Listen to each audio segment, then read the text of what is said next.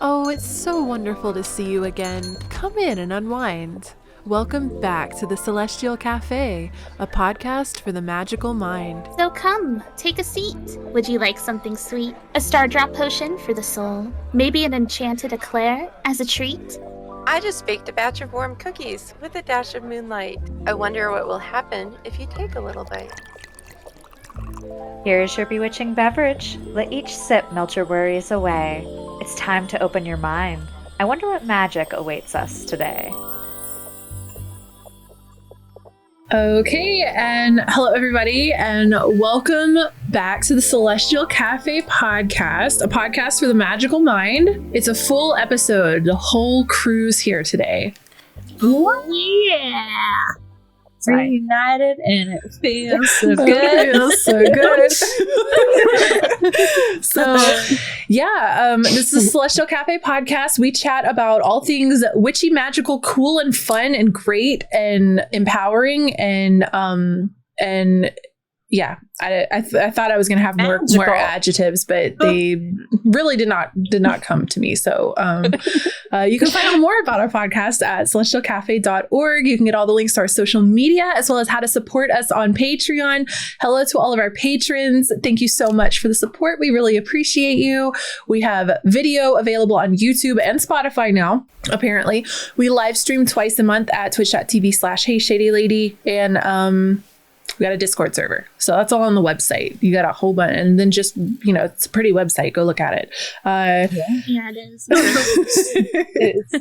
So today we are chatting about glamour magic. And we've been talking about doing this episode for probably since we started doing Celestial Cafe. So It was definitely one of the first topics that we brainstormed. Yeah, we kept hinting at it. One day, glamour magic. One day, glamour magic. And here we are. The day has come. So yeah. And now we're like, one day we'll do a Sailor Moon episode. No, that'll be soon. I bet that'll be soon. Cool. But yeah. So we got the whole cast here. We do mini episodes every now. We do mini episodes every now and again, meaning every other week actually, and. I hope you like cryptozoology. Cryptid. Thank you. The cryptid is cryptozoology. Crypto. Oh no, we're not getting involved in crypto. Not the Celestial Cafe crypto episode. No. Putting it on record, we will not be doing a crypto episode.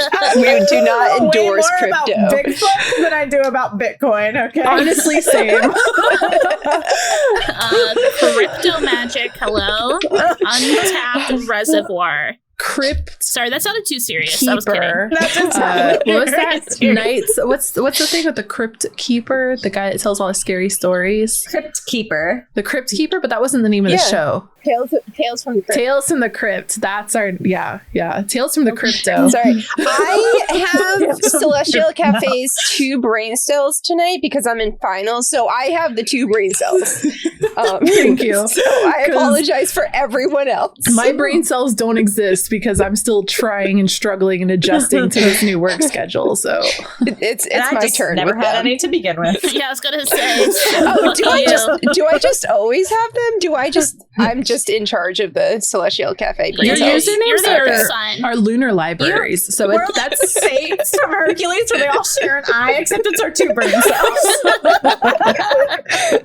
That's so weird. It's your turn. So here at the Celestial Cafe, we do love our delicious beverages and our tasty treats. I said it. So what are y'all sipping on today? Let us know in chat if you're here hanging out during the live stream. Hello, everybody. Thank you for joining us. Moon Mushy's over here emoting up a storm. We appreciate it. Vesmir, welcome in. Fancy Flamingo, thanks for the follows. Hi, everybody. What are y'all drinking? What are y'all eating? I have a Dr. Pepper. Surprised? Anybody? No. It's on brand. Guess what I have? I have something else When? that's not surprising. Dark chocolate chips. Surprised? Anybody? No? Also, okay. All right. Well, this is literally like dark chocolate and Dr. Pepper. That's all. Which is like chocolate cherry. So what can I say? That's good. It's a classic. What do you got, Fuchsia? I am just now realizing that I did not grab the jar of blackberries that I have in the fridge that Oh my I God. wanted to snack on. What So It's now I'm a almost little berry sad. season. Target had pink mason jars. I could not resist getting them. So now all my fruit is in nice pink mason jars in the fridge. It's great. I love that. But we should do an episode on jar magic and why witches have to collect all the jars. Yes. I do love some I jars. have a tiny bit of Coke Zero because that's all I have left after chugging it for 3 days for finals, and I have water and no blackberries. Wow, you shut us all down with that. Yeah. I was so in shock. I'm still reeling about the blackberry drama. All right, Panthera, you go next. Okay, boss. I'm keeping It's a the best for surprise. last, I'm so excited okay? for Panthera's I have- reaction. Water. Just Just you water, wait. and it's also empty. So I'm Panthera, depressed. you're a liar, actually. You have nothing. But why drank it while you were sitting? That's why it's got lipstick on it. Panthera does not like tasty treats or delicious beverages. I Unbelievable. do. I am starved. Okay, I do. Milk chocolate covered raisins, which I really love. Okay. Oh, I love All right. chocolate covered raisins. All right. Yeah, that's But I some am good out You know of what's better than drinks. chocolate covered I was raisins? gonna make a bubble tea, but then I ran out of time, Oh. and I had a lot of dog walks this Well, we'll afternoon. wait. Go do it. I was tired. It takes a long. Just kidding. You know what's better than chocolate covered raisins?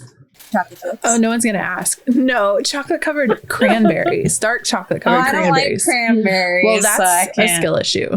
But okay. Wow. I have a skill issue. I feel What? shamed. Cranberries are so yummy. No, I love can't. cranberries. I allergic to They're chocolate. like- Oh, that's So- right. God, every time I'm jump So- scared by that fact. So my so traumatic Actual to Shitty jump that she forgets. I literally it. blank it out. I have to forget it. I'm sitting here like, We you need know trigger why? warning You know why? for you. No, you don't know why. Talk about that. Okay, Dukesley, we're ready. All right. So I'm normally not the soda drinker, right? We've established that. We're 32 episodes in. It's rare that a soda graces thine lips, right? But however, today I went a little silly. All right, I went a little silly. I went silly mode, and not only did I get a soda, but I got a motherfucking Mountain Dew. But not any kind of Mountain Dew. It's not even green. I'm so excited for Panthera's reaction. I only like the green one though, I do like Livewire though, the orange Well, one. have you but- tried the Summer Freeze? No, but I'm weird about blue sodas. I'm gonna be But- honest. It Why? has a Just blast of because- summer Americana. I just don't typically like blue flavors. I dare you to like try it. the flavors that are. I dare you to have an adventure Open tomorrow. mouth. It's gonna cost you $1.49 tops. But I also have to walk into a convenience store, and that is a lot. Okay. Here. All right. Well, let me That's a lot. just. Although I could go through a Sheetz drive-through if the Sheetz has them. All I'm gonna say about Maybe. Mountain I'll Dew think about Summer it. Freeze is I'll that make it my tastes like a boyfriend go buy popsicle. it, then I'll taste his. It's literally a popsicle. Your Mountain Dew It's- flavor. It is a popsicle. That's all I can say. And it is delicious, and it's not nutritious. I was gonna say that. That would have been definitely not. a lie. Opposite But I also have of water. nutritious. And I also have a parfait, a strawberry parfait. Good for the soul, so you might see me munching on it. And don't be too jealous. Or do. All of you, You can't have snacks. stop me from being jealous. We would have yeah. I have a lot more snacks that I didn't tell you. Do y'all want to know more? I got popcorn chicken. I got JoJo's. Okay, you tell them about the snacks while You I can't go see get them. some. I go get my blackberries. Potato wedges, aka JoJo's, which I just found out they're called JoJo's, and I like that name, so now I'm gonna call them JoJo's forever. That's what they And call them in Ohio, and I was like, ew. I already ate them, What's a JoJo? but I had motherfucking fried pickles. That was my dinner. Yum! I fucking love fried pickles. My horse friend, she made her own pickles and she gave them to me, and they're delicious. So I've been you were eating her talking about your pickles. friend who was a horse. My horse friend. Maybe some fried pickles. It's like, whoa. Sounds awesome. They have boobs. Fried pickles give me life. Hi, welcome into Kiki Beth Slays. It's so good to see you. Yeah, I saw we had someone say in chat that they had a chamomile lavender tea, and that sounds great. So relaxing Delicious. and zenful. I love it. That sounds beautiful. I've got my blackberries in my honestly pink mason jar. Cute. delicious. I love that. So we've had our cafe moment. Our cafe au lait traumatized. We are off the rails today. a little bit. We do have some like, energy. I think we made it through the eclipse, and now we're like silly mode, right? Yeah. That eclipse. We were like, we need to be concise with this episode because I have finals and Shady has work in the morning. We literally have talked for 36 minutes already about nothing. We're like, hold on. Oh my god, it really has been 36 minutes. Most of that was before the I intro. think 10 minutes of it was just that was- starting soon, and I think 10 minutes of it was just banter before we rolled the intro. So Copium. yeah. All right, let's talk about glamour magic. Shall we? Yeah. We ready? Sure. Yeah. Where do we start? I What can is start. glamour What magic? is glamour magic? Oh, yeah, that's, that's a good question. What is it? What is glamour magic? I think that this is one of the more. I think when people start to go into witchcraft, this is one of the first ones that they hear start to be kind of thrown around pretty early on. Or it's very beginner friendly. It's very accessible. It's using a lot of things that we already have. Yes. For me, like and- when I learned about glamour magic, it was like, oh, I already do that. Exactly. That's very not true knowing it. too. Yeah, I think that it's one of those very subconscious forms of magic, very subtle forms of magic that a lot of people subconsciously participate in all the time. We just happen to put the magical flair on it, right? What is glamour magic?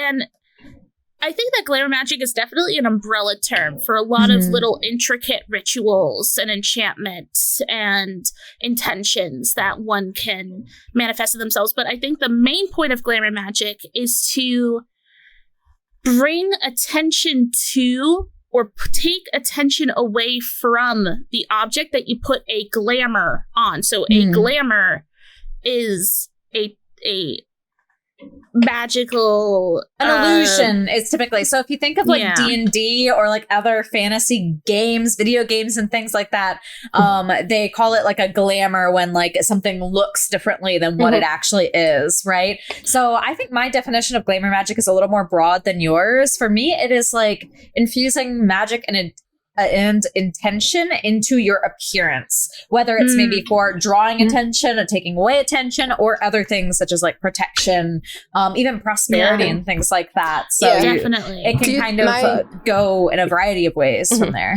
Yeah, my definition is using your appearance, I'm reading from my notes, using your appearance and accessories to project how you want to be received. I like that word, Perceived. Do you think that glamour magic can apply to things besides the self? Like you? Yes. Like your car, like an your extent. house, like your lawn, like See, I think I kind of disagree because to me that is just like almost like that would be color magic, or like it would be under a different technical umbrella. So glamour magic is usually the self for me, at least personally. I think it can, I think it depends on how you're using them. They can fall under that like that umbrella of accessories. If you're using it as an accessory to, if you go and rent a fancy car because you want to look like, would that really, car like, not become an rich. accessory to you at that point? Yeah.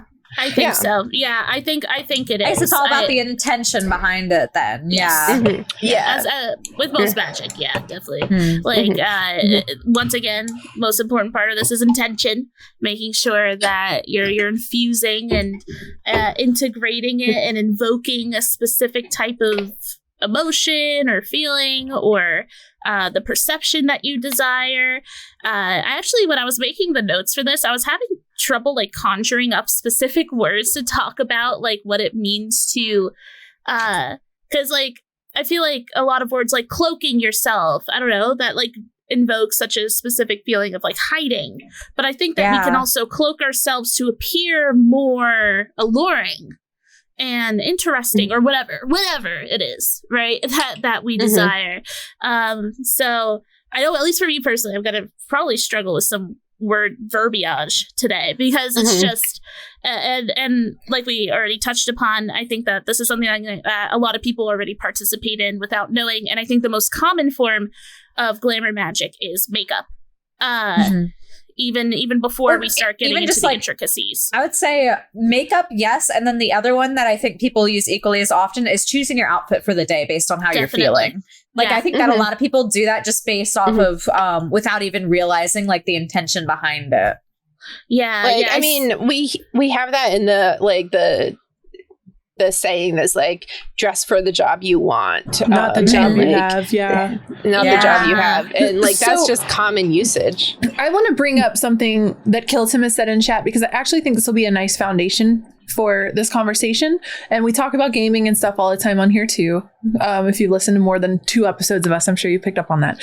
So in the Final Fantasy series, and I think in WoW, and I think in a lot of MMOs, there's something called transmog. And this is when so whenever you're switching armor in an MMO or a video game, it changes the appearance of your character, but they're going to give you like fun festival ones. Like, here's a Christmas, here's a Santa hat. But if you wear the Santa hat, you lose the plus 10 MP that the hat was giving you before. So why would you want to wear the Santa hat if you don't get the stat boost? So you can use the transmog thing, which will allow you to basically have your regular armor be invisible while you're like wearing a layer on top of it that is fancy and pretty. And I think this is an interesting concept to kind of like lay into glamour magic, because I think that a lot of what intentional glamour magic is being unseen. It's like, because something I've heard before is like drawing sigils with your foundation and then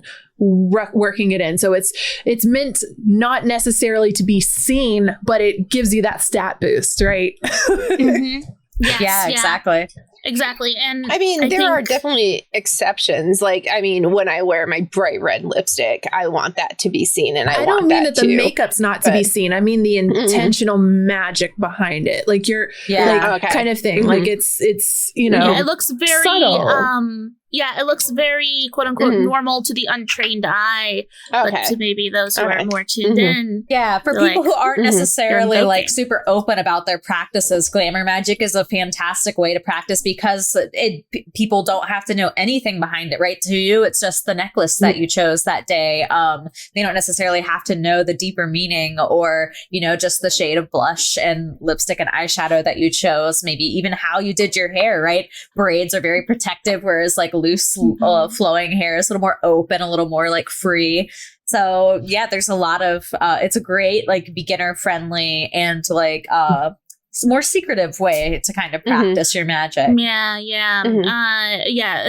Exactly what you said, especially with people who are maybe worried about letting their craft be free and open. This is so subtle, and I think that going from that, we can talk about who uses glamour magic.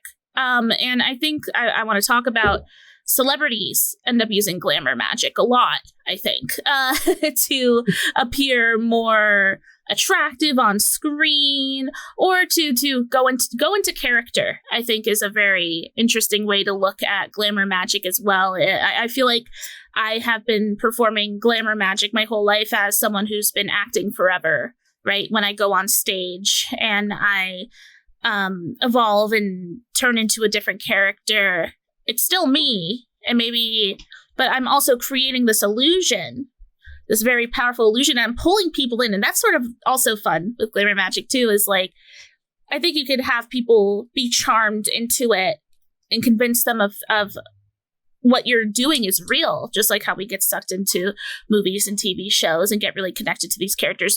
Of course, we don't know anything about the actor themselves, but we find ourselves charmed and beguiled by these individuals that are so easily able to enter character in some ways. And speaking of that, I think a lot of streamers participate in glamour magic before they go live. And it's hard to say. I think that a lot of streamers perform it in different ways. like for me, I don't use webcam when I stream, so I'm performing a different type of glamour magic from those who are using webcam and are performing for the day using their streamer voice and getting into character and stuff like that. And I think not only people who are in performative roles use this, but I really think day-to-day individuals use glamour magic without even knowing, right? Panthera mentioned the phrase like dressing for like how you feel for the day. Very recently I was having a bad day and I was like, I'm wearing black today. I'm in mourning. You know what I mean? Like I'm just sort of celebrating and honoring the fact that I'm feeling really down. So I'm going to sort of, for better or for worse, sink into that feeling and embody it. I want to jump in here too, because they're like, I'm a very fashion focused person. I really enjoy dressing up, and that definitely like fluctuates based on my like self-esteem, I guess we'll say. But one example I can think of is like I'm going out and I want people to think XYZ of me. So I'm going to take time on my hair, makeup, and outfit and whatever else. And it's, okay, hold on. I just like triggered a whole monologue here. So hold on to your butts, buckle up. But say less. I can think of like when I go and I don't really want to be perceived by anyone. And I'm just throw my hair in a ponytail. Maybe I put on like some shades, and it's like oversized t-shirts, sweatpants, nobody, like I'm an NPC today. Like I'm blending in, I'm not worth looking at. Right. And that's very much like, sometimes it's not an intentional choice. Sometimes it's just whatever happens, but other times it's like, I'm intentional. I can now to kind of like specify this a little bit more. In my early 20s, my teen years, I started rebelling and I didn't know I was rebelling, started dyeing my hair, wearing all these goth clothes, being like kind of like very, whatever with my outfits, like very loud is how I learned to experience it. In my early 20s, as I've said a billion times, I experienced or experimented with a lot of psychedelics, and this created in me a level of self-awareness that I didn't have prior. And I don't know if I would have developed as deeply without the experiences that I had on psychedelics. They give you some out of body, like, wow, look at me as a cartoon character. I'm an asshole. I got to fix some shit. What the hell? They give you this kind of like moment, this ego death aha moment. And throughout trying to like understand and integrate all of those, there were moments where, now to describe appearance, I was very, very like punk girl, fishnets, matching the like crazy different outfit. My hair color, I had it cut into a mohawk. It was bright red to match the bright red mini skirt I was wearing with the 4-inch like wedge boots. Like I was crazy outfit wise when I was in my early 20s. Or it'd be like bright blue hair the next week to match the blue, like blah, blah, blah, blah. Like it was all very, very intentional, and I wanted the attention. I wanted people to think I was cool and like interesting, and to look at me and be like, I want to know her. She's that whole thing. And I remember specifically towards the end of my stay in this era of my life, really, when I was starting to get kind of like worn out, bored, sick, tired, whatever of the party life, I remember I had my hair red, bright Ronald McDonald red, full like mohawk mode. It was like an 8-inch mohawk. I remember walking into a room with my outfit all done. I just spent 3 hours getting ready for the party we were having at our house. So it was 3 hours late to our own party, of course. But and I walk in, it's a room full of strangers as usual. And before, like when I was coming out of my room and walking down the hallway, there's like a loud buzz of conversation. As soon as I walk into the room, everyone stops talking and is just like looking at me, side-eyeing, or they're still kind of like, but I can tell but that doesn't always feel good, right? Because all of a sudden you're feel like, oh my God, everyone's judging me. But in that moment, I remember thinking to myself, wow, everything I'm doing with my appearance is like walking in and screaming at everybody. Like I shut everything down because of this like exuberant like look that I have. And I remember when I moved up here to the mountains, it's a small town. There's not a lot of coolness going on up here. So I had really bright hair when I first moved here. And I remember even just going to the grocery store wearing what I considered normal clothes because I just come from a punk party like situation in a big city. Everybody in the grocery store stop and stare, not because like I'm, but just because of its crazy outfit in a little hinky dinky hillbilly town, right? My hair's a bright neon color. My outfit is bright and crazy. And I intentionally decided when I moved up here to tone it down because I didn't want the attention anymore. I didn't want to be looked at, and I wanted to blend in more. I wanted to mellow out that was the thing, is like it went from like wanting the attention to not wanting the attention. And I don't think that this is the story for everyone that practices glamour magic. And I can't say that I was intentionally practicing glamour magic, but looking back at it, I knew what I was doing. And it was an intentional practice to get those reactions, to get that energy, to get that that kind of attention and whatever else. And now I've made an intentional decision to dress in a way that's just eclectic enough to stand out a little bit upon further investigation. But at first glance, I blend in, right? Like that. And that makes me more comfortable in this environment that I'm living in at this stage of my life. And there's even times where, like I said, I'll go out in sweatpants and oversized shirts intentionally, and other times where I will put on my makeup with my little fake freckles and the highlighter, and my nails are done and I'm, flashing the nails because I really like, that's all like to put on a specific persona and appearance. Yeah, you're projecting that specific energy that you want, and everything else is just like, I talk a lot about magic and layers on this podcast, and you're just layering on more and more of how you want to express yourself in that moment and how you want other people to perceive you in that moment.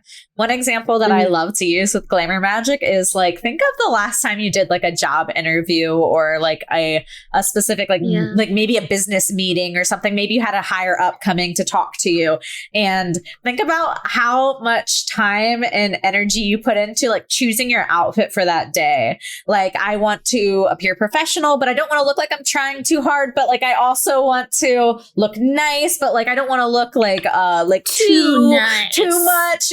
It's like you're trying so hard to present in the exact way that you want to present. Yeah, so fine tuned. I put like this much thought into it, but some people are built differently. But I also I guess I guess when I shop, I'm like, okay, I have this outfit for interviews, and I have like, I'll do my like makeup in this one particular way, so that it's not like. Well, whether or not you do that ahead of time or before or at the day of, but it's still but it's like I don't put that much thought into it. I'm just like, that'll be good for interviews. Okay.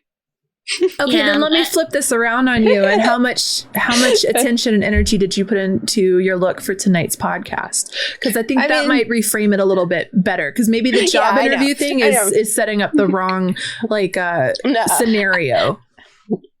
Yeah, I don't know. Like, it's funny because Libra rising, I always have to look good, right? But exactly. But it's not something I consciously put energy into. But one of the things that I do think of, like we were talking about outfits and everything, and Dukesley's comment about like wearing all black and being in mourning.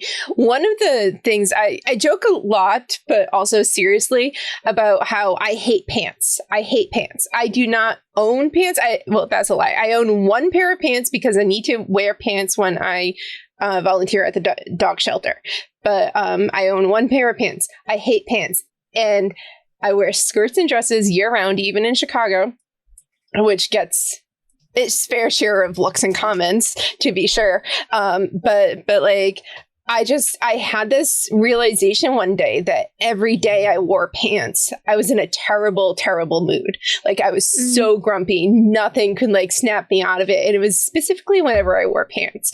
And I'm like, I don't like this. Like, my body is uncomfortable in pants. Like, I don't like how they look. I don't like how I feel. Like, and I'm just like, I'm just going to wear skirts and dresses. And with skirts and dresses, I get to like show off my personality a lot more with the designs, with the colors and the shapes and everything. And that's like kind of when I first started tapping into like the glamour magic kind of thing was the realization that pants suck.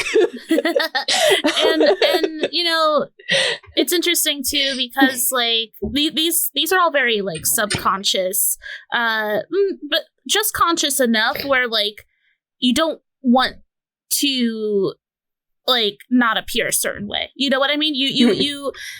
You dress for your own success every day, in theory, and when you go out or whatever you need to do, right? Mm-hmm. And I think that when it comes to glamour magic, there are different layers of like the subconscious levels, but I do think that knowledge is power, one of my favorite phrases, and I think that when you start to become very aware of these little things, like, ooh, I have bad days when I'm wearing pants, or like, man, when I wear all black, like my energy levels are a little lower. That's a part of that conscious part of the magic that's really cool. And of course, the intentional parts that we start to infuse glamour magic with, which is, you know, the subconscious and the subtle parts are very cool too. But of course, a part of being a witch, doing magic and performing is having this mindful decision making of, you know, today I'm going to enchant my object. And I think enchanting is a very important part of glamour magic as well, is that very consciously intentional choosing to enchant, whether it be your makeup, your outfit, your accessories, and invoking whatever it is you desire out of them. And I think that, like I said, I kind of separate glamour magic into two separate parts, which is like enchanting to attract and enchanting to cloak or reject, maybe even if we want to use a strong word there. Because I think I was like, okay, I know what I know about glamour magic. I'm gonna like just scour the internet. I just put glamour magic into Google. I went to see the first things that came up. It was all valid Venusian. It was all about attraction. That is clearly the most popular part of glamour magic, making yourself more appealing, more attractive, more beautiful, especially for suitors. Most, like, understood too, because even like if you think about, I've seen so many like documentaries on like the art of attraction, right? And like what colors get more attention, what smells get more attention. Like the thing I've been seeing lately going around on TikTok is like doing like white underneath your pupil or lighter eyeliner above your pupil to like draw attention into your pupil. Like there's all kinds of red lipstick, right? Even just like posturing, like standing certain ways and things like that, right? Like those are all very well understood, very studied, like our body language and how we present ourselves to, and what kind of like the psychology behind that attraction. Yeah, so and even color psychology too, you know? Yeah. Because, and I mean, we can look into branding and marketing too. You'll see how a lot of big companies are reds and blues and these big, bold colors, and they're all trying to invoke specific feelings out of us, which, by the way, after pondering about color psychology and color theory yesterday, definitely should do a color episode. I don't know if we've ever actually mentioned that out loud before, but worth mentioning, because this could be a whole topic in and of itself. And it's hard though, because I think sort of like we had a similar discussion in the dreams episode, where I do think that color is very specific to our own psychology, like individually. I do think that there's some subconscious workings where like, I don't know, red is anger or power, or like or passion. Yes, or love, right? And then you think about blues, which are calming, soothing, like water energy, right? But what if someone had a really bad, scary day and they were in an all blue outfit? Then blue's not going to have that effect on them, right? So it's maybe about red reminds you of Code Red Mountain Dew, and you're like, you just start vomiting profusely. Yeah, understandable. So it happens to the best of us. But yeah, like, and so it's important, I guess, for the individual to recognize what colors resonate with them in particular. But I do think there's a lot of subconscious color theory and psychology that happens within all of us. But most of all, think about what your favorite color is, you know, and maybe next time you want to invoke a more radiant day for yourself, you lean into your favorite color. That's glamour magic. Not me, literally. Yeah, in pink. You're going pink mode. like literally fuchsia. Like, yeah, true. Oh yeah, you like Giga leaned into that. But I think maybe we should start talking about what it's like to do very conscious spell work for glamour magic. Let's talk about some like examples of like how glamour magic's typically used. So I think one of the important things to note is that there's a few different ways that you can use glamour magic, with first using actual makeup and clothing and accessories on your appearance, but you can also use like your magic, like your power, like your mind, to kind of bring something out so that you appear to be wearing something that would exude confidence to people. You can use glamour magic in that way without actually having like an accessory that would do that for you. Right. And even like we talked about things like body language, like that's a free way to do glamour magic. You know, if you want to be more protective, more standoffish, across the arm, like, you know, close yourself off physically, versus like maybe I want you to pay attention to me. I'm gonna power pose, you know, like hands. Well, now we're getting into like body language analysts on YouTube. Debbie Ryan. And you can also use mental glamours to make to have an effect on someone else. So like, say, you know, someone finds the smell of lavender really calming. You can either you can either wear the scent of lavender if you want them to be calm around you, or you can use your psychic powers to make them smell lavender to be calm around you. So you can use glamour on other people for that. I forgot to mention, and I think that this is important to keep in mind as we talk about glamour as well. It is said in folklore that the original users of glamour magic are the Fae. Yes. And specifically, and I guess that's why when I was looking up about glamour magic, I was so surprised about so much like, look at me energy coming off of all the like tutorials and all like the blog posts and stuff, because I think its original use was to shapeshift and to create optical illusions and smoke and mirrors everything around them, you know, because Fae want to ultimately blend in. We talked about how glamour magic is very like Venusian, but it's also very like Lokian. It is. Who is like the shapeshifter of shapeshifters. It really is true, and I think like it's like at its like maybe at first glance or maybe at its core, because so much deals with the physical appearance. It has that very Venusian, like I'm directly working with the way that I am projected outwards through my physical self and my belongings, but then it ends up secretly being a little bit of tricks of the mind, a little bit more mental cognitive shifting.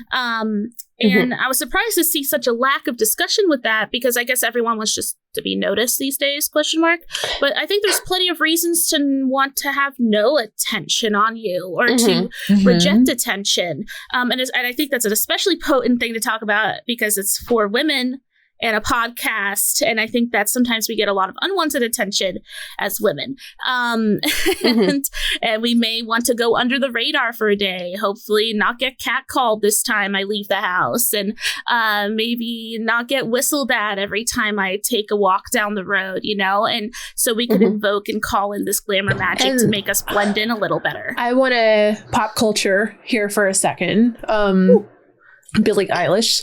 Love her. She's a musician. If you've been living under a rock, I hate that phrase, but even I know who she is. I feel like you probably know who Billie. I'm the bad because of guy. Just Dance. Duh. Everybody knows. I know Billie Eilish because the of bad Just guy Dance song. So Billie Eilish was is a musician who blew up out of nowhere, seemingly.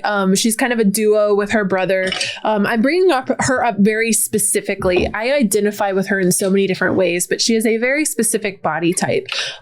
She is very curvy. She has very large bosoms and is fairly thick, if we want to use that phrase. I'm not trying to objectify her body, but it's she's spoken about this before, and she's used glamour magic. So her first couple of years as a musician, she was wearing very boxy clothes, t-shirts all the way up to the throat, over like triple extra large, like oversized, big baggy shorts, very tomboyish, sneakers, big chain, like her hair pulled in ponytail. She wasn't wearing a lot of makeup or anything. And for the longest time, you had no idea what her body type was at all. You couldn't tell. You could sort of tell sometimes with the way she turned, and the t-shirts would kind of hug her body. But for the most part, she was very good at not making her body the center of her presentation as a musician. And it was very much about... She used very bright colors, too, to bring attention to other things, too. Yes. Like the giant, bright lime green hoodie that went down to her knees. Yes. Like, that was all where all the attention went. And there was a point in time where that completely flipped. And I want to say like Met Gala like 2 years ago was one of the first times that she was like cleavage out. And then she had a music video that came out after that where she was booty shorts, like boobies bouncing all over, like, and she's very shapely. But I think another layer to this conversation, which isn't quite relevant to what we're talking about here, but maybe it is her age. She was still underage at a certain point. She turned 18 at another point. Right. But she goes from one point of not having her body to be like part of the main point of the presentation of her art, I guess we'll say, to being very much like present in what she was doing. She was attending fashion shows and all of this kind of stuff. And she's commented on it multiple times. And as soon as she swapped from wearing her oversized shirts to wearing whatever the hell she wanted, including sexy outfits, the way in which people treated her and gross people commented whatever they wanted to, no matter what she wore. But she started receiving a very different type of attention, a very specific type of attention based on that. And this makes me feel like I'm resonant with it, because my first couple of years on Twitch, I was very like cleavage out, all like I was dressing however I wanted to, very sexy outfits, sometimes not intentional other than I liked what it looked like, but I did specifically change how I was dressing at a certain point because I no longer wanted to receive a specific type of intention. And I made an intentional choice to change that for that reason. And we can line this in with glamour magic, but you're speaking here about like, maybe I don't want to be catcalled. I talk about the times where I'm going out to the grocery store and I wear oversized shirts and baggy sweatpants because I don't want my body shape to be visible or to be noticeable. And I think one thing too is, especially as women, a lot of the times our success is attributed to how we look. And so hiding kind of how we look or using a shield or protection of glamour magic essentially in that way allows us to kind of like shield that part of ourselves from judgment while other parts of ourselves can kind of shine through. Right. And then you're able to have a little more control over how other people perceive you and their looks upon you. Whether or not you want to embrace that or hide it is up to you. But it's definitely like a problem that I think most of us can relate to. Yeah. And I think that glamour magic helps us. And even in theory of like, and of course, it's not that like, if you like show up like baggy sweatpants, like people are gonna be freaks of nature anyway and are gonna catcall you no matter what you're wearing. But creepers be creeping. True. I can like go and like not shower for a week and go to the store like super greasy and like clothes that I've been wearing for 3 days, and people like I'll still get catcalls just because people suck. Right. But I feel that utilizing glamour magic, and not even like even just in the state of like, I'm gonna wear whatever the hell I'm gonna wear, but I'm gonna do a very I'm cloaking up, you know, like I'm going to create this veil of optical illusion so that at the very least, like I might go unnoticed a little longer today, a little bit more powerfully, and I can just continue to stand comfortably, confidently in my power, doing what I need to do, staying focused, right? And I think that I don't know. I find myself using all kinds of glamour magic all the time, depending upon what I want to do. I think it's a mixture of, I find myself enchanting a lot of my objects, and I also find myself anointing myself a lot. Those are the two big things I do when it comes to glamour. I want to ask, do any of you enchant your makeup or your clothes? So I enchant, or I do sigils on pretty much everything. That is I've got my little Sharpie and, you know, a clothing tag, the bottom of a makeup bottle. I do my cleaning products. If you watch my like altar videos, I talk about how I infuse spiritual cleaning with like material cleaning, I guess. You can carve it into soaps too. I like to use shampoo bars and conditioner hair bars as well too. So you can actually physically carve into those objects as well. That's smart. You can put it on shampoo bottles, conditioner bottles. You can even put it, like I use stainless steel razors. You can write it on your razor blades for protection. Don't cut yourself while you're in the shower. Wow. All kinds of things. Lotion. Yeah. I use sigils a lot. Cool. Yeah. I tend to enchant a lot of my jewelry because I pretty much always wear a necklace. I wear my bracelets like anytime I leave the house. So I do a lot of that. I wear this unless I'm like actually changing my earrings out for like an event. I wear the same earrings all the time. I have earrings that I keep in. So like I tend to enchant a lot of that, and the necklaces I wear are chosen with intention. I don't think you can see in stream, but like I have a whole rows and rows of necklaces. I have a lot of different necklaces. So like right now I've been wearing this moon phases one a lot, and that like is intentional for me. But I also, I like this one has a specific enchantment. One of my other ones is a badger claw that has an enchantment for protection on it. That one I tend to wear when I know I'm going to be riding the train a lot, because the train is not very safe in Chicago. I do a lot of sigils for invisibility, to not be noticed when I'm riding public transit. And it's interesting because like I'm taking the train to somewhere where I do want to be noticed, usually to the witchcraft shop or to an event. I'm taking the train to somewhere and I want to be noticed. So I need to like be able to make that change and make that shift. So using different jewelry and using like different like my hoodie for protection versus like my dress for standing out is something I do a lot. Yeah, I'm very, very intentional with my clothes. I guess I'll like work my way from like the easy things I do to maybe the more intricate things I do for glamour magic. Because I mean, if you watch the Fae episode with myself and Panthera, I've been working with Fae for a long time. One of the things they taught me very early on was glamour magic, and I feel like they passed down some ideas and thoughts in my head about how I sort of adopted many different ways of exploring both attention grabbing and attention pushing away.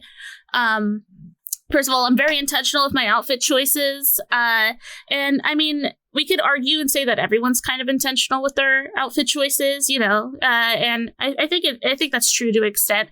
I think a lot of people... Not when I'm depressed. Yeah, true. And I think that some people just kind of throw on whatever sometimes. Like, yeah, I haven't worn this in a few weeks, so I just put this on, you know? But like, for me, every outfit that I choose is a direct, maybe this is a self-report, but like you can tell I'm in a good mood when I'm wearing bright, happy colors. You can tell when I'm kind of more internal, when I'm wearing darker, heavier clothes, knit things that kind of protect me, cover the heart. I'm a big heart space person.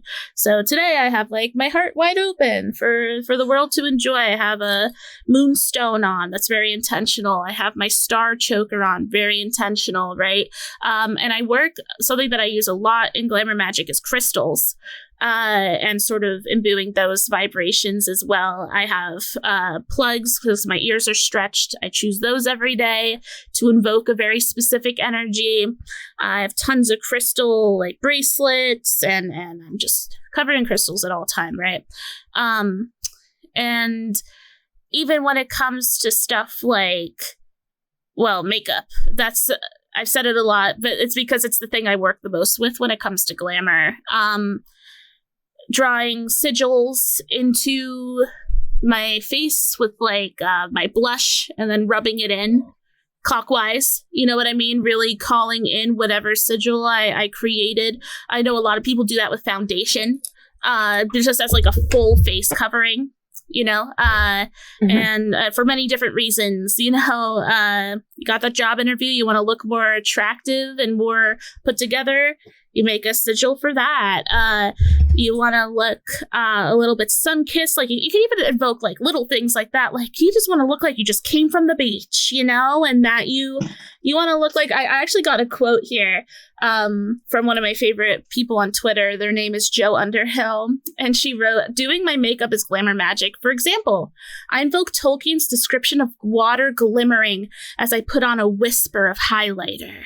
And like that's exactly what I do. Every little step of my makeup journey, it's like, okay, even if I do the same routine every time, it's like, you know, today I'm feeling really like I'm in my Zelda moment right now, right? So it's like I want to be able to invoke like the feelings of the silent princess flower in Breath of the Wild today. Dainty, quiet, gentle to the touch, light blue, you know, whatever that means to me, and create it. It sort of help me shape my face into what that emotion comes out of me. It's very subtle, but it's very intentional. Right. And some days you want to be a great fairy. Some days, some more than others. It turns out. And I think that and so I work with color theory a lot. But then as we get a little bit more, as we start building ourselves out, and I do the same thing. I don't work with sigils as much as Panthera does, but I cleanse my makeup a lot. I put them under the full moon or under the sun, depending on whatever the hell I'm feeling that day or that ludation cycle, right? And I invoke a lot of, I use glamour a lot for protection as a shield. I do that a lot, yeah. Yeah, mine is, and it's not necessarily pushing anyone away or bringing anything in. It's just simply a layer of protection, because that's what, in theory, makeup is for the skin. Not only just enhancing beauty, but also to sort of give yourself a nice, I'm voguing myself right now, a nice layer of none shall pass, you know, and it keeps me a little bit more secure, a little bit more confident. Could it be partially because I'm feeling and looking better with the makeup on? Maybe. But I am also very intentionally choosing that for myself. And I think that I also, something that I do a lot, which I consider glamour magic, is I anoint my tongue quite often with honey so that my words are sweet and kind, and instead of maybe harsh or sharp, right? Because I don't know, air signs, we can get a little ahead of ourselves and sometimes just start spewing nonsense. And I want to spew sweet truths and gentle. Yeah. I'm in lewd brain area right now. I have two places to go with this. Sure. So I'm thinking like glamour magic, and you eat honey so that you say sweet things, and I'm thinking. I don't even know. I'm delicious, right? I'm thinking about intentionally eating certain foods so that you taste good, which makes me think about Hannibal Lecter.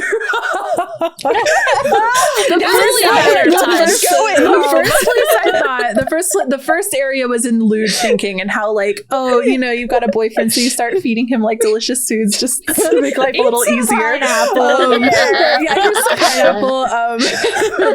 But in Hannibal, the television show which I watched recently, there's a whole part in the 3rd season where there's a whole like play on how if you eat like snails and like hazelnuts or some specific kind of nut, it makes your meat taste better. How we know this, I don't know. My meat, like your meat, yeah, my very own meat. Collective your. It's great. I love the 3rd season of Hannibal because it has Gillian Anderson as like a very centered character. She played Scully in X-Files, and she's kind of like a hostage wife kind of character, which is very anyway, it's a whole interesting dynamic. But he's speaking to another character that he's also Hannibal. I mean, he's keeping someone else held captive and has intentionally fed them. Like there's a plate of food in front of the person. He's commenting. He's like, "Oh yes, this type of food, the snail and whatever, because it makes the meat more sweet or something like that." And Gillian Anderson's character is in the process of like lifting like the snail or whatever to her mouth, and it's just this like realization over her face that like, oh, he's prepping me to eat eventually, like kind of thing. And anyway, that nobody asked for this, but this is what happens in my brain. Well, so going off the idea of like anointing your tongue and things like that, and the honey for sweetening, you could put like an ice cube in your mouth if you want your words to be like cold and cutting kind of a thing. If you want to be like sharp. Witted. There's a lot of different like tricks that you can kind of use with that same line Am of I just thinking. doxing my? I gotta go. All right, bye. Gotta go. I don't know. Like I think that glamour magic could be as like with most magic, right? It could be as deep or as surfacey. But for me, it's very, once again, here's a special word, intentional. Because anyone, I mean, like, I don't know, maybe you eat honey every day, and you're still a stone cold bitch. That's what I'm thinking. I'm like, hold on now, like, what's going on? I'm confused. And I think the main thing is intention, and I think that, of course, is the core of most, if not all, magic. Right? Is the very specific calling in of that magic. Poor Panthera. I'm having issues. I'm sorry. Okay, are you good? I'm not gonna fuck with anything else. Okay. Hands off. Hands up.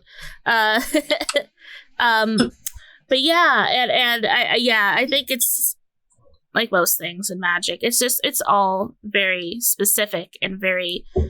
I'm choosing to participate in allure and beauty and attraction today. I want to stun the people on the streets, and or maybe it's, you know, I'd rather not have a conversation with someone behind me in the grocery store who gives me their life story, because for some reason that's just so popular these days, you know. So then you call in and you spend a few moments to, I don't know, just work with whatever works for you. Maybe black is the color that shields you. Maybe it's a green. Think about the canopy of a forest. Maybe it's the color blue. Imagine water rush away the people that approach you. Who knows? And work with whatever works for you to invoke what you desire. What was that time? I can't remember what specific makeup trend it was, but here I am with another pop culture reference. Whoa. But yeah, I'm really on it today. But that's 3 today. There was a TikTok video a while back of a waitress, or she was in the service and like a food service industry job. I remember this. So you might remember what makeup she was using, because she posted like, I'm trying out this thing where I do XYZ makeup to see if it gets me more tips. That was what I was talking about. She did the dots under the eyes, right? That's what I was referring to earlier. You already said that? Well, I said about how, like the new thing is like drawing the attention to the pupil of your eye. So you put like the white dots below your pupil. I need to try this at my job, because I definitely, people love my braids, and I feel like my appearance definitely determines, and it's not about being pretty. it's about charisma. It's about intrigue. It's about interest. So it's the Riz. It's not about being stereotypically pretty or not, or like conventionally attractive.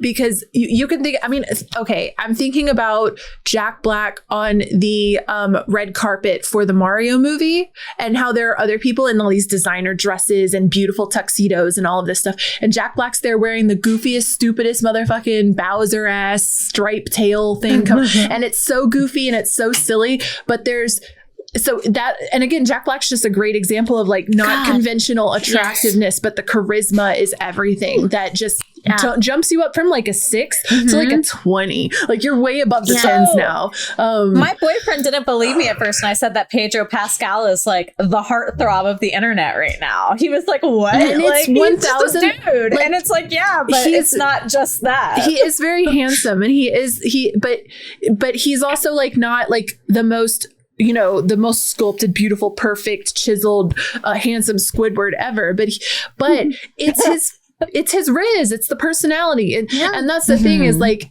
you can like looks and appearances only take you so far. And so I do feel like it's important to mention with glamour magic that I don't think it's all about making yourself pretty. I think it's about creating an aura, creating an energy, creating a presence. And I like how we talked earlier about projecting an image out. Because that's the thing is like, I know that if I went into the job like that I'm working right now, where I make money based on tips, and it's not too far removed from streaming. Like streaming is also like working as someone in the service industry where my job is to banter and chit chat and entertain people while they're waiting on a good or service, right? And they tip me based on the performance that I give them, right? It's not too far removed from streaming. And I think that's why I like this type of job so much. But I know that when I go into work, because I've worked at a coffee shop before for 3 years, and I know the days where I hadn't had a shower in a couple of days. My hair was greasy. It was thrown back in a hat. I was not wearing my favorite shirt. These pants don't fit me very well. I feel like shit. I've got a zit on my face, whatever else. I've got bags because I didn't sleep well, and I'm feeling ugly. I'm feeling gross. I feel like everyone perceives me that way too. And I project myself in a different way. I can feel my energy shift when I feel attractive, when I feel, and that feeling for me comes from intentionally creating my energy and appearance and aura and look for the day. And you don't have to be conventionally attractive to be attractive. And that's what's so cool to me about glamour magic is that intention going into this stuff. And I don't know, like you can call it whatever you want to call it. I'm thinking about skeptics right now because this is it.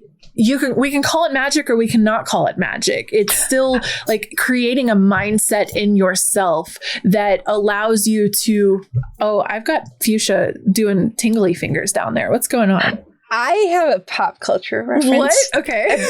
About glamour magic. Okay. A really good example of this of kind of the inverse of you don't have to be conventionally attractive to be attractive.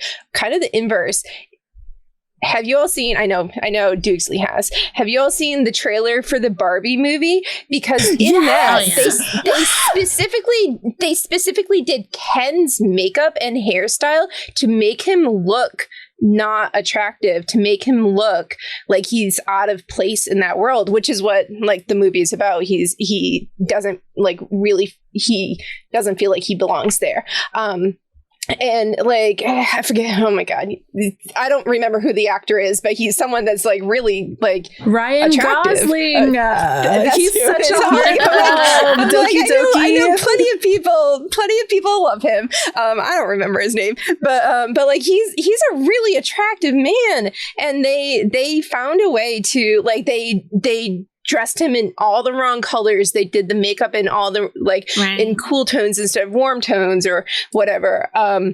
They did it all specifically to make him look out of place. And that's like one of the like really obvious like recent examples. The movie hasn't even come out yet, but like a really modern example of using glamour magic to perceive. You don't have to use glamour magic to perceive yourself as being attractive. You can use glamour magic to perceive yourself in other ways.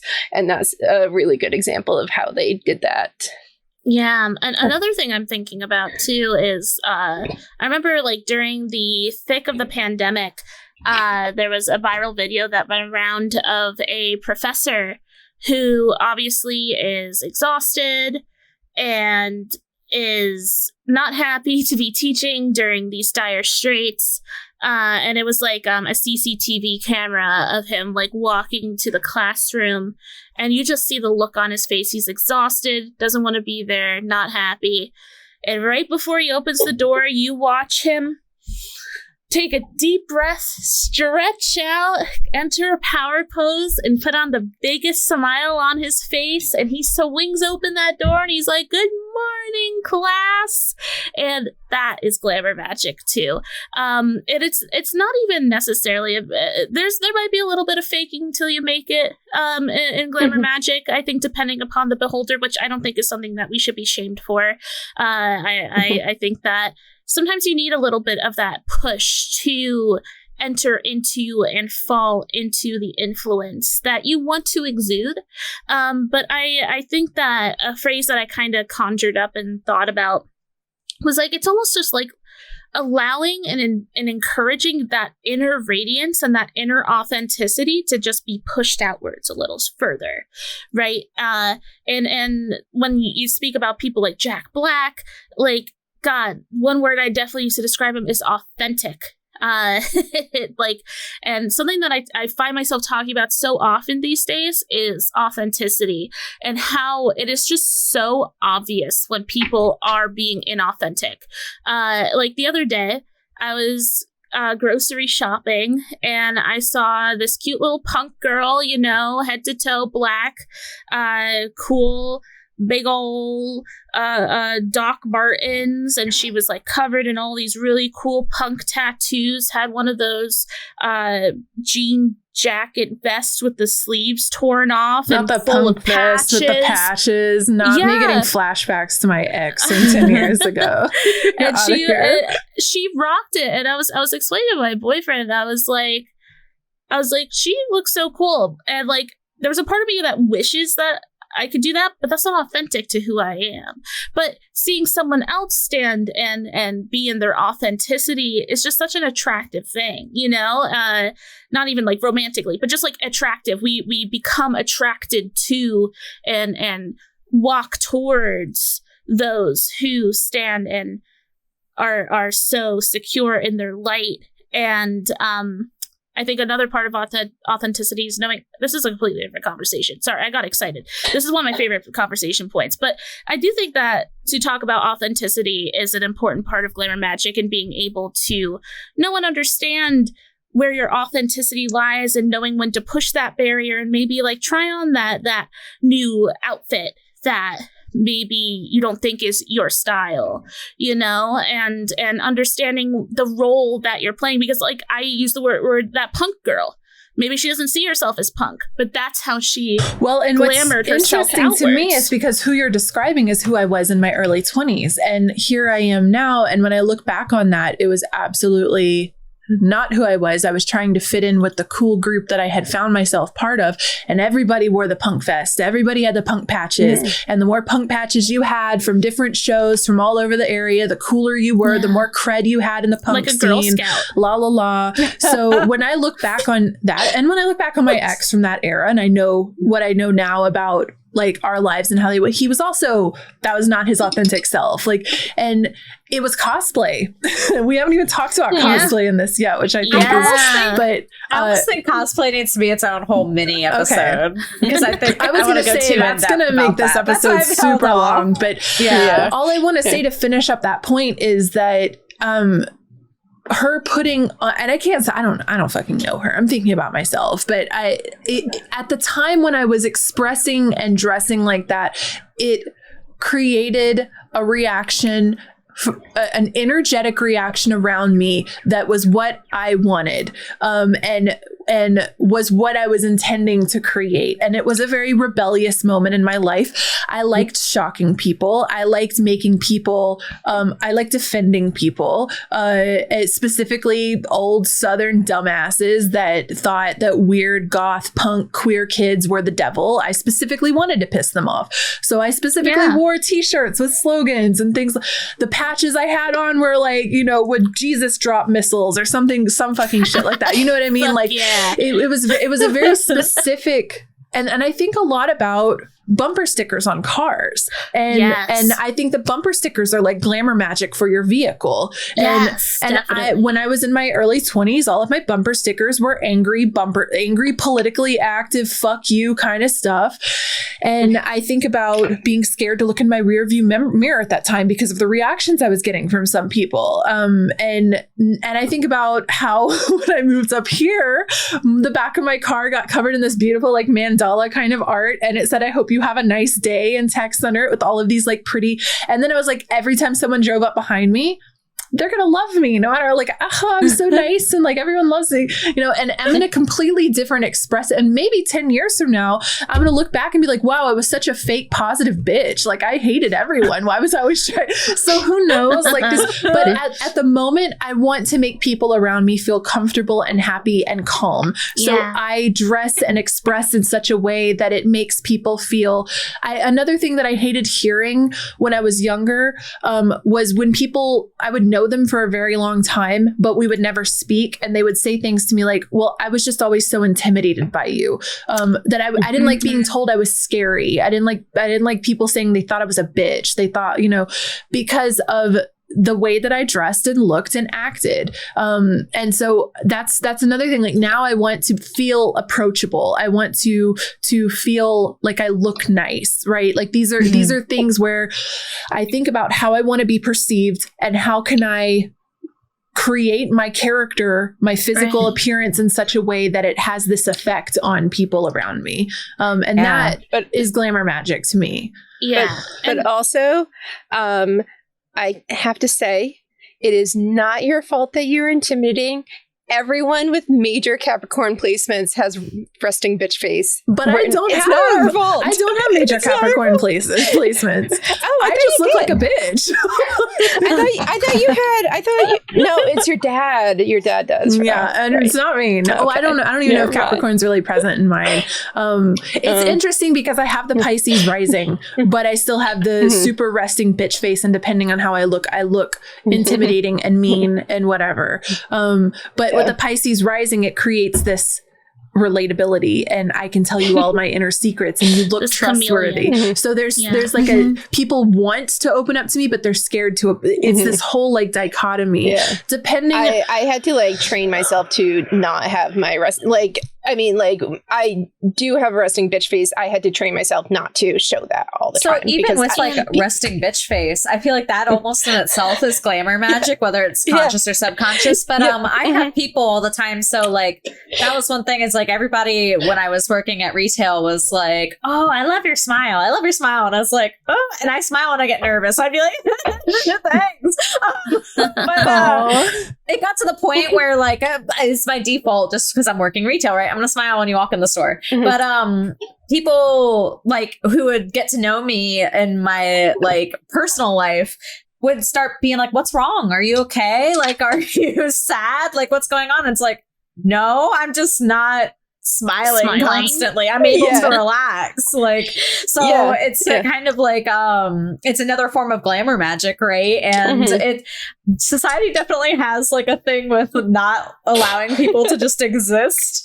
Like you have to be at your best self at all times when you're in public, and like that's why resting bitch face is like frowned upon. But I feel like that's well, you know, and this makes me think about a customer the other day. She was this sweet little old lady. She had this tired feeling to her, but she was putting on good airs. And she came in and she you know, she comes up to the register. She's like, hey, I say, hey, how are you? And she's like, oh, I'm doing pretty good. How are you? And I was like, I'm hanging in there. And she was like in the process of starting her next sentence, and it cut her off in the middle of it. And she just like looked up at me like it broke the matrix, right? And she just looks up at me and she's like, I'm glad you said that. because I'm hanging in there too. I'm not doing good. I'm just hanging in there, and that's been my default because I'm not doing good right now. I'm fucking hanging in there. I'm doing the best I can. I just had a tooth pulled. My feet are fucking killing me. I am stressed out of my mind constantly. But I don't need to say all that. I can just. But I'm also not going to say I'm great. How are you? Because I don't feel like fucking lying about it either. So you know what? The authenticity earlier, right? There. Like people value that. I can complain, but I'm not going to. And it also creates, I think, a space for people to be authentic back with me. And that's why I get good tips at my job. I'm just hanging in there. Give me your money. And I think that's so important too, because like, and it's hard because ultimately I think the most powerful form of glamour magic is the glamour magic that's mostly for you and whatever, because like people are gonna people, right? They're the magic can only go so far, unfortunately, in theory. So it's really all about coming back to terms and honesty and authenticity within you, and making sure that you feel the way you want to feel and that you are projecting the way you want to project, regardless of how other people are going to perceive it.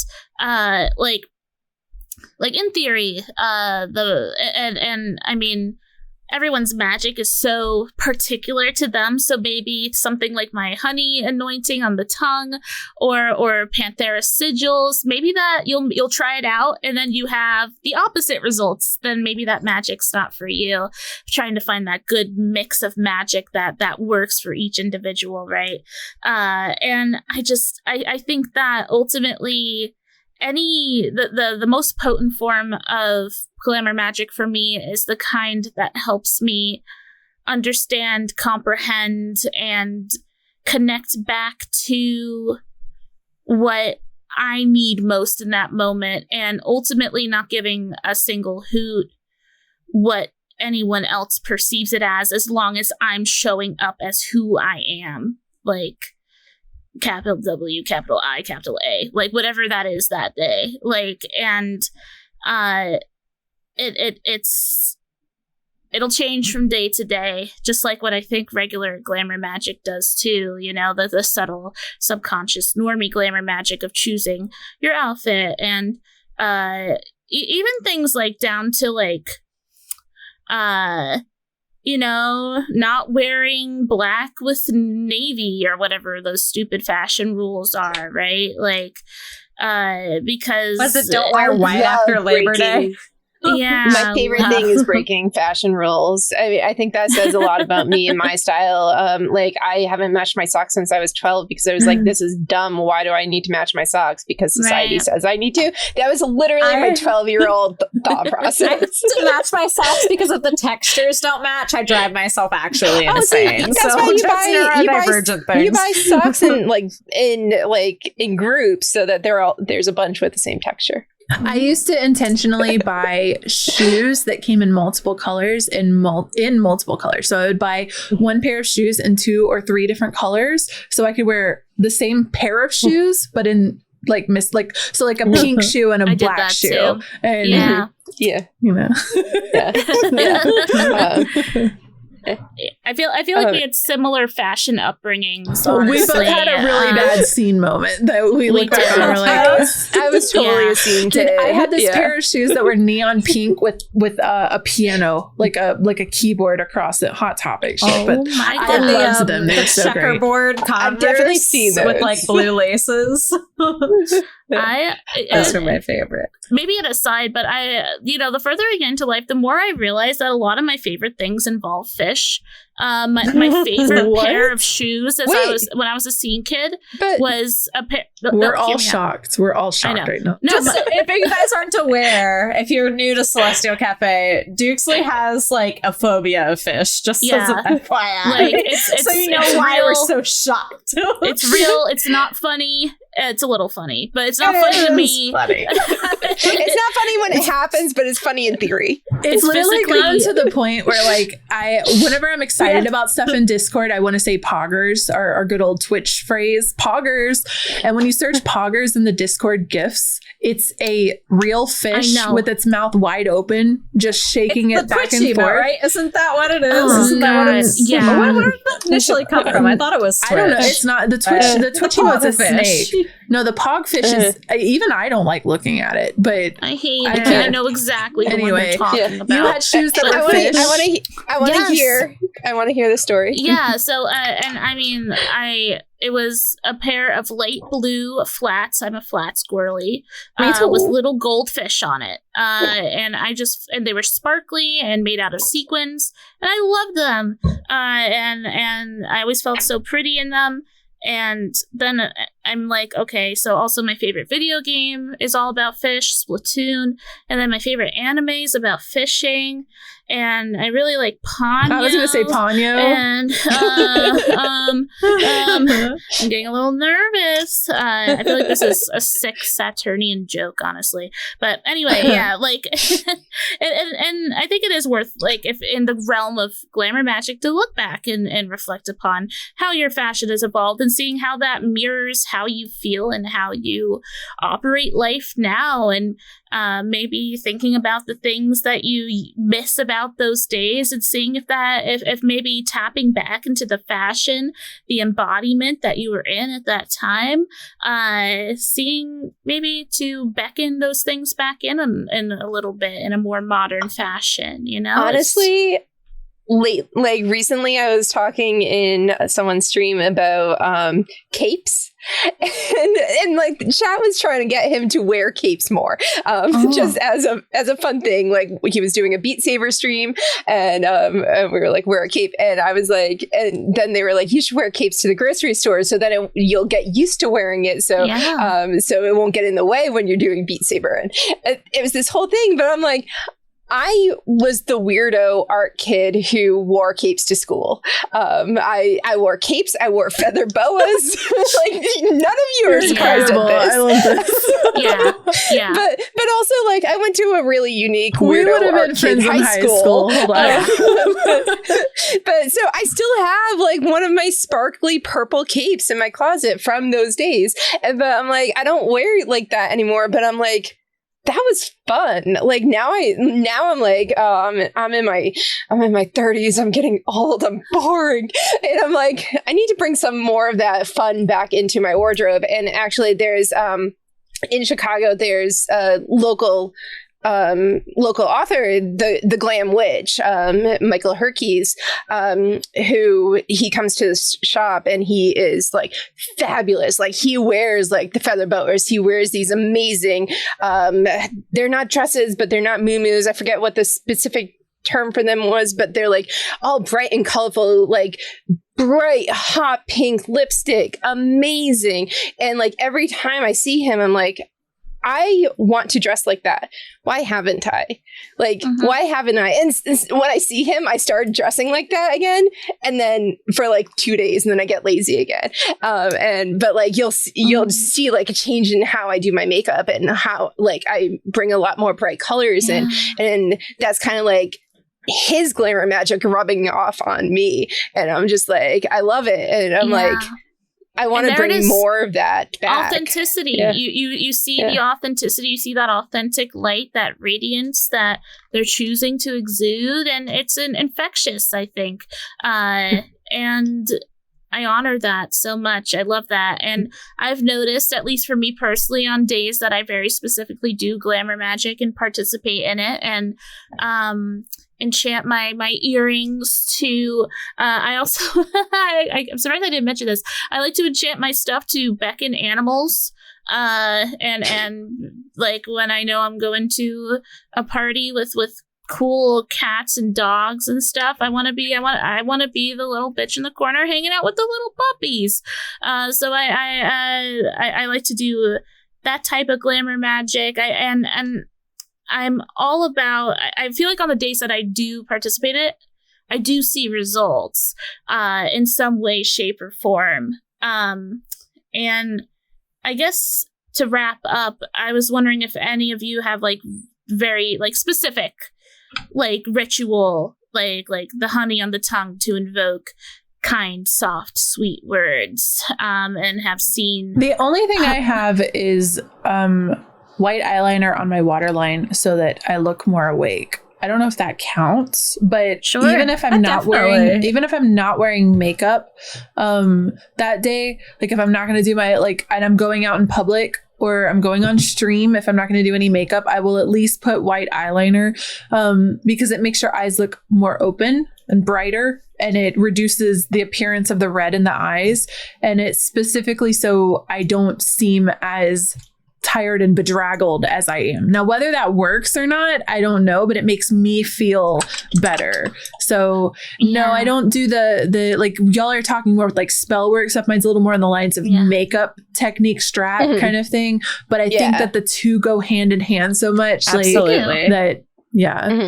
Oh, and one more thing that I do before I forget. One of my favorite ways to practice glamour magic is baths. Because you get the full body experience. You get to dip yourself head to toe in enchanted water, and you can make that bath a potion of your own creation.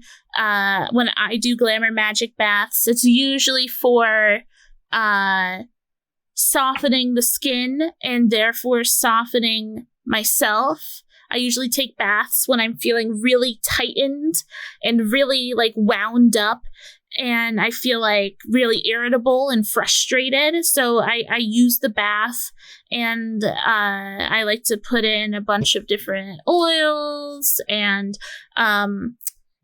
flowers are great in glamour magic too. Like I said, there's that natural Venusian energy that kind of exudes from it. So using rose petals and lavender, because like I said, I usually use baths when I'm tightly wound, and lavender is a natural relaxant, and sparkles, which is really cool to clean up. Honestly, so are the flower petals. I lied. They're not cool to clean up. And and quick tip: put all your herbs for your bath in a tea bag so that you can just pull it back out when you're done. Yeah. You're very smart. I just throw them all in there. But then I get all the herbs in my hair, and I feel like a little sea siren. And you get that great Instagram aesthetic picture. By myself. Yes. Before they start clumping all together. Yes. And and I mentioned the siren. That's actually another creature that definitely uses glamour magic to call in suitors, which we didn't really even talk about, using glamour magic to attract the eyes of others, but I feel like that goes without saying, right? That's a part of it too. But baths are so good because you get that whole body coverage of whatever magic that you are invoking in your life. And I think that's especially powerful, and it's an especially long ritual for me, I find. But it's I always see such wonderful results from that. Yeah, my glamour magic mostly, like Shady, is very intentional in makeup and the colors that I choose. When I choose purple eyeshadow, it's a different thing than when I choose blue eyeshadow or green eyeshadow. Like I have these different things for different moods that I'm in or different moods that I want to convey. Purple, one of the color associations is wisdom. So when I'm wearing purple eyeshadow on this podcast, I want to appear smart. I know what I'm talking about. Kind of that kind of stuff. Self-report. But most of my, I'm a very color oriented person in general. If you haven't guessed by my name, I love color. I love bringing color into the world. I was an artist.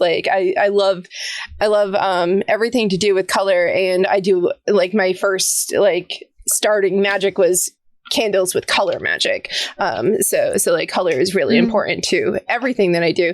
But especially when I'm choosing makeup and choosing what I want to wear, I'll wear dark colors a lot of the time when I'm going to work, just so that people will respect me, especially, the snotty nosed second graders. But also with bursts of color in there so that they're oh, you can be fun.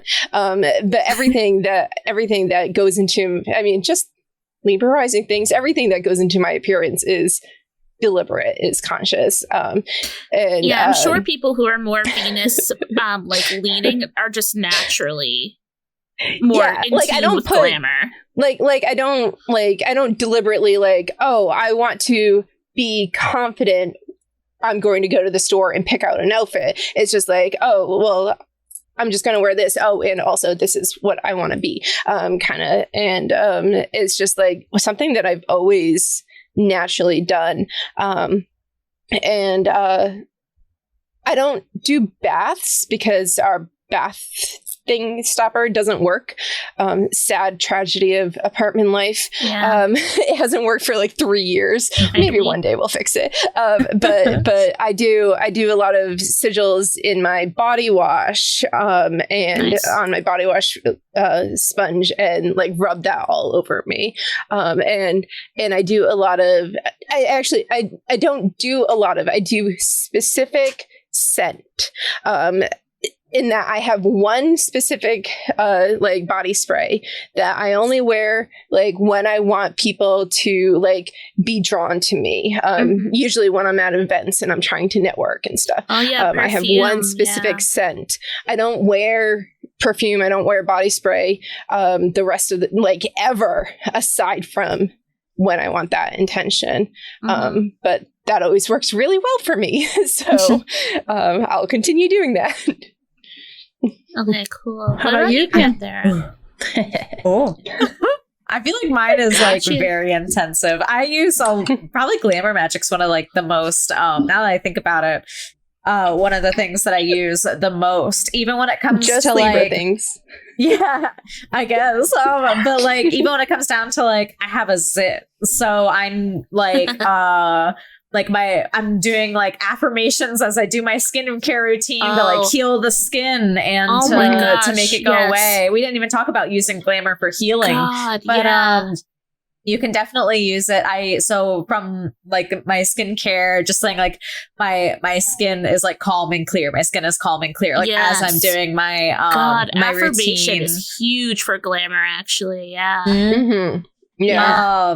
Sigils, of course, all my products. I even I mix different things. So I kind of do what you do, Duke. So when you talk about splitting it up into two categories of what do you want invisible and what do you want to attract? What do you want visible? But I kind of use them mixed together. Where it's I'm really breaking out on my face right now, and hopefully you can't tell if my Glamour Magic's working. But using specifically those kind of invisibility things when I'm drawing those sigils on when I'm applying my concealer, and layers of foundation and things like that, and then attraction when I am putting on the false lashes, choosing my lipstick and things like that.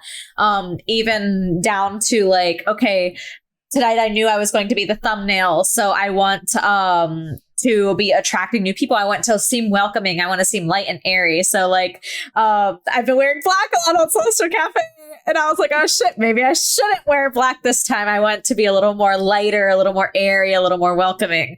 So that was a very specific choice with this shirt, one of my Ren Fair tops. But yeah, I choose a lot of my scents specifically based on the season and what I want to draw in for the season. So when I choose my soap for the shower, right now it's very floral. It's very rose and geranium and honeysuckle. And as we get more towards fall, it's going to be more of vanillas and cinnamon and deeper scents. Ginger, maybe usually a lot of vanilla based scents for the fall and the winter time, because I want to be cozy. Whereas a spring and summer, I might want to be a little more open, a little more bringing people in. I'm more outgoing when it's warmer, so I'm bringing that into every step in my routine, kind of. Whereas wintertime, I'm very seasonal depression, but I want to be cozy and warm and happy in my little place. So I've tried to bring those kinds of scents in, and even in my wardrobe, there's a pretty huge color shift between bright jewel tones in the summer and spring, and then more orangey reds, and then kind of into deep blacks, dark blues, maybe dark greens in the wintertime, and then it starts to kind of reemerge a little bit. So yeah, I think that I use Glamour Magic constantly. Me too. In all things, basically. I recognized that as I was like preparing for this episode. I was like, I knew I use glamour magic a lot, but like it really and I think like all four of us are very aesthetically leaning individuals. It's all very important to all of us how we present ourselves for us, you know, less so about the other, but like mostly for us. We want to feel comfortable. We want to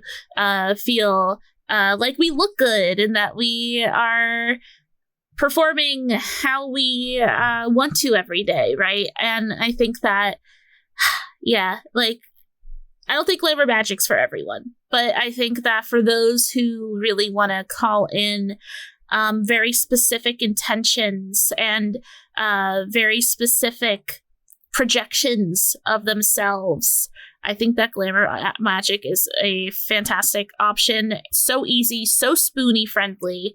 You can make it as subtle or as deep as you want it to go.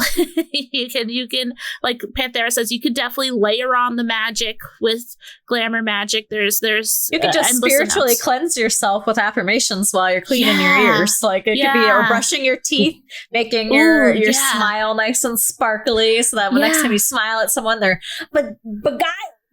By the beautiful smile. I also, when I brush my teeth a lot, I brush away a lot of untruths and hyperbole, just Gemini things, I think, and to make sure that I have very direct and honest conversation that isn't hyperbole up the wazoo and stuff like that. Yeah, there's so many different types of glamour magic, but I think tattoos. We didn't even talk about tattoos, but that's a huge. Very permanent glamour magic, Listen, there's still so much. Another episode. Honestly, so much. If there's anything here that we didn't get to talk about and you'd like to hear more about when it comes to glamour magic, please let us know. Obviously, all four of us have relevancy and experience in this topic, whether intentionally participating in the witchcraft of it or just caring about. Well, that was a bug. Caring about the way we look and you know, wanting to. We're very particular with the way that we present ourselves. So please let us know. I wanted to mention, we talked a lot about magic. Wow. Imagine. We talked a lot about makeup. But also, if you're someone who doesn't wear makeup, glamour magic is still like totally within your grasp. I mean, beyond. We talked about clothes and stuff, but one of the ways that if you want to do like you hear like making sigils with your foundation, but you don't use foundation, one of the ways you can do that instead is use moon water. A lot of the time, like new moon water is really good for sigils and glamour magic that's used for hiding, for shielding, and full moon is for the things for being noticed that you want people to actually see. So if you have bottles and bottles of moon water and you're like, why do I do this every month? What am I using it for? Here's one use for that. We talk about moon water in our moon magic episode if you have to go back and listen to that. But that's a really great way to use it if you don't use makeup. I use Lunar. You can just draw the sigils on your face or on your chest or wherever. Yeah, that's actually true. I do use my moon water a lot when I use glamour magic. That's very true. But I'm gonna wrap us up. We can go forever. We're over 2 hours. Like, I want to go ahead and say this is a good point. So if there's anything in specific in this episode, we were a little, as usual, all over the place. But if there's anything in specific you want to hear us talk more about, there's quite a few things that I felt like we cosplay, the tattoos. There were several things that came up where it's like, God, we could do a whole episode about this. We could do a whole episode about this.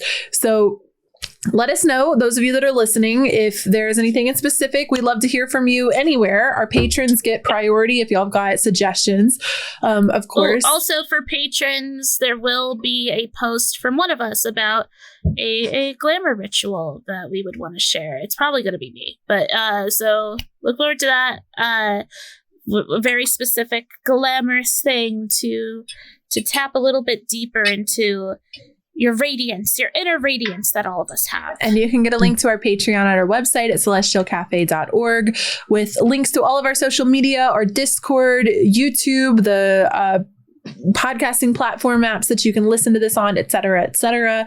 We appreciate you all so much for joining us on all of those different spaces. And I don't think we have our next episodes mapped out. Is that right? Nope, you're wrong.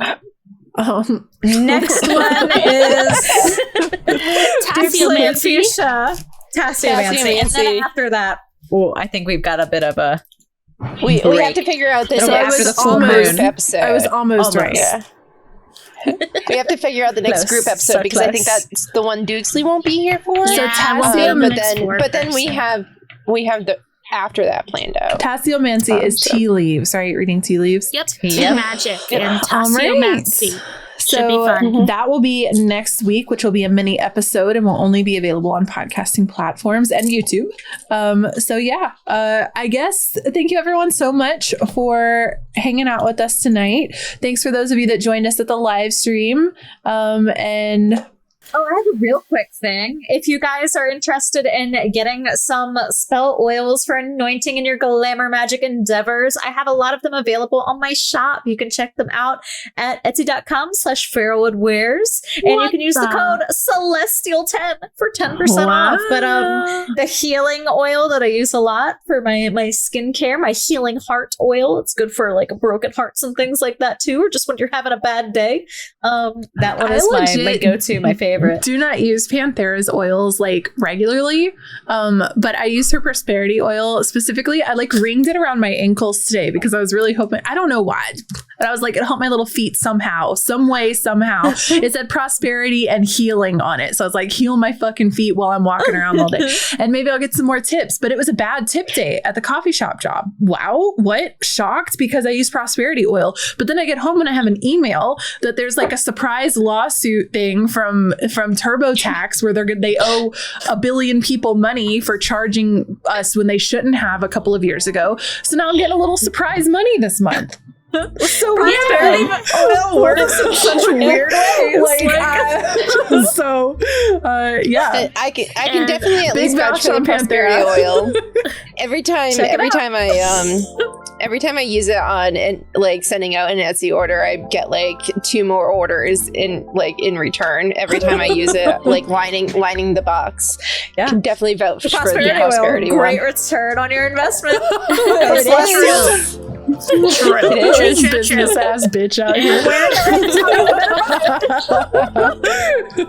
And also all I have to say is happy Tears of the Kingdom week to everyone. May we all have fun romping around Hyrule. Yes, may we all be free and wild, just like our good friend Link, traveling to Hyrule once again. To those of us too poor to celebrate, enjoy the muted Discord channels. Yeah. like all the Discord channels are going to be so quiet because I have all the Tears of the Kingdom channels muted. So thank you all so much for tuning into the Celestial Cafe. I hope you have a wonderful mid-May, and we'll see you all in the next episode. So goodbye, everyone. Bye-bye. Bye.